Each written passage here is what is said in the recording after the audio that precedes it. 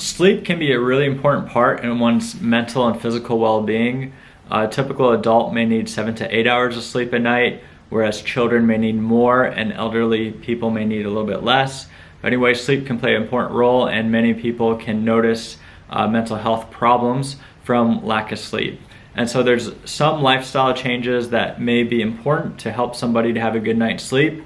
First of all, many people may like to have desserts or late night snacks or sweets, but sugars can keep people energized, keep people up. If you try to give candy to a kid and see how late they may stay up and how wired they may be because of the candy. So if you tend to have that late night ice cream or brownie desserts, that could be keeping you up at night. And not just desserts, but snacks in general. So maybe it's good to have a limit as to how late you'll eat snacks or have a meal, so that you don't have it affect your sleep. Also, one needs to be aware of caffeine that they have late in the day. A lot of people may feel that the caffeine doesn't affect them or things like that, but they might be surprised that even decaffeinated drinks may have a little bit of caffeine that affects their sleep. So be careful of teas, sodas, caffeine, coffees, anything, energy drinks, anything that has a little bit of caffeine. Maybe don't take it later than noon or early the afternoon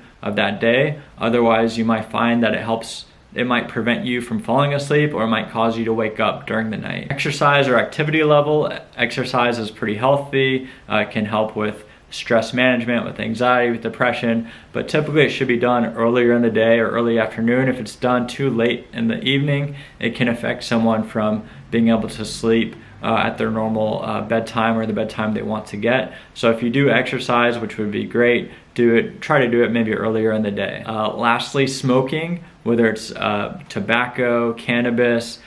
Tobacco is a sort of a stimulant, so it can keep people up. Cannabis may have some particles in it that can be stimulating.